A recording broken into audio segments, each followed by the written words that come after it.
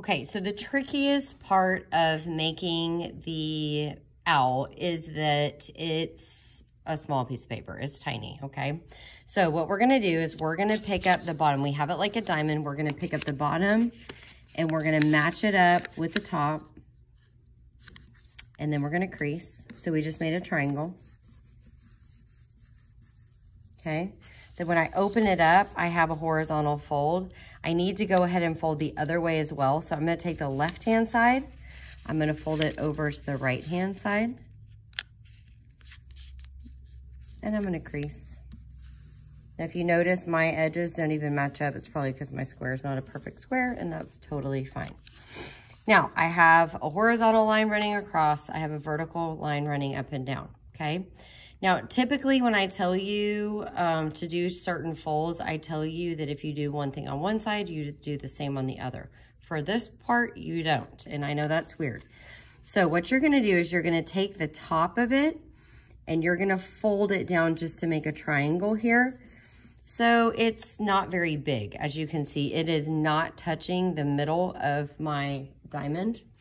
But I'm gonna now bring the bottom, and the bottom is actually gonna touch the little triangle.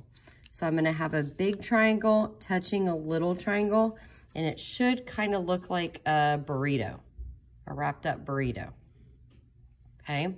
So now this is gonna be my owl's head, the top of his head. His eyes are gonna go here. This is gonna be actually part of his beak, and I'm gonna show you this little top part here. I'm gonna fold over a teeny tiny little thing, and that's gonna actually end up being his beak, okay? Now I'm gonna take this corner here, I'm gonna bring it to, and it doesn't even have to go to the middle, but I'm gonna bring it in. And then I'm gonna do the same thing on the other side.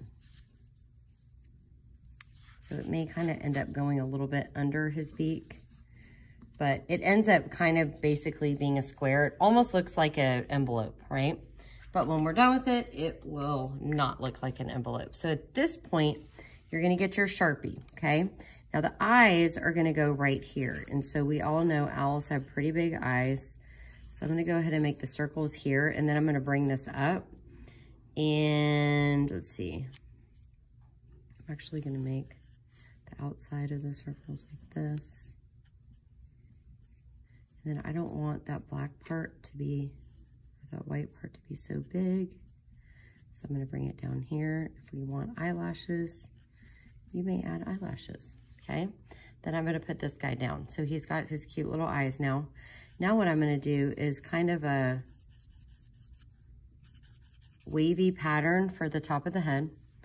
I'm gonna do also a wavy pattern for his wings.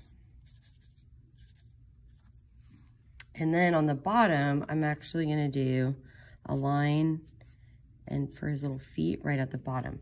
Now, once you have finished adding the Sharpie marks to it, what you're gonna wanna do is get out a box of colored pencils, and you're gonna want to make sure you have your adorable owl colored.